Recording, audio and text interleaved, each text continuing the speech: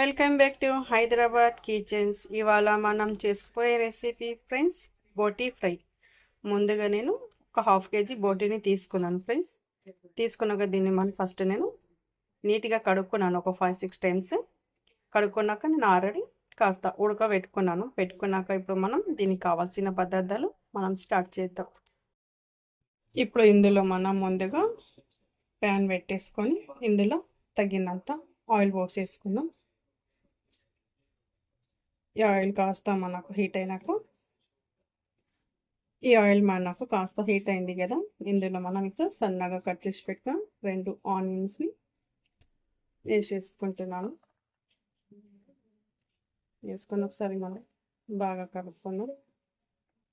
ఇందులోనే ఇప్పుడు మనం సన్నగా కట్ చేసి పెట్టుకున్నాం పచ్చిమిర్చీలు 2.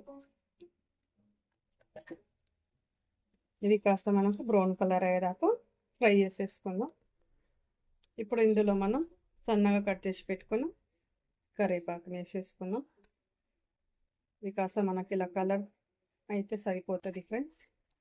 ఇప్పుడు ఇందులోనే మనం పసుపు వేసేసుకుందాం 1/2 టీ స్పూన్.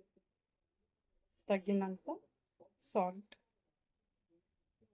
ఆల్రెడీ మనం సాల్ట్ వేసుకొని ఉడకబెట్టుకున్నాం కదా, సాల్ట్ చూసి వేసేసుకోవాలి. వేసుకొని ఇలా కాస్త కలుపుకుంటే సరిపోతుంది. ఇందులో పచ్చగా దంచుకున్న వెల్లుల్లి 1 టీ స్పూన్ వేసుకొని కాస్త మనం ఇది వెల్లుల్లి కాస్త ఫ్రై కానిద్దాం. ఇందులో ఫ్రై అయినాక మిగతా మసాలాలు యాడ్ చేసేసుకుందాం.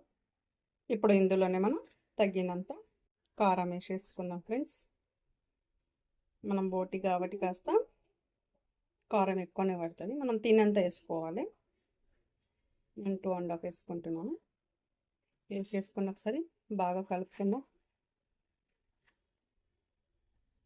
ఇది మనకు ఇలా రెడీ అయిపోయింది. మనకు ఫ్రై చేసేసుకున్నాం కదా.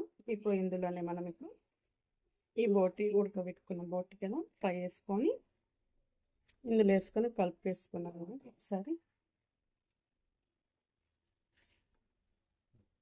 మనం అన్నీ వేసేసుకున్నాం కదా, ఇలా ఒకసారి కలుపుకొని లాస్ట్లో ఇప్పుడు మనం ఇందులో గరం మసాలా ధనియాల పొడి యాడ్ చేసేసుకున్నాం. ఇప్పుడు మనం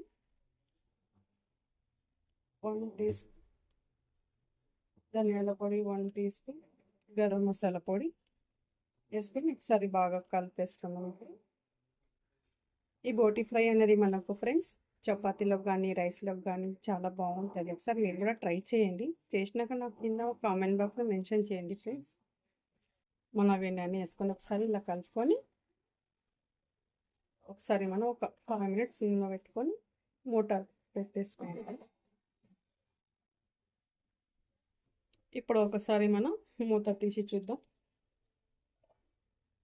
మనకు బోటి ఫ్రై అయిపోయింది ఫ్రెండ్స్.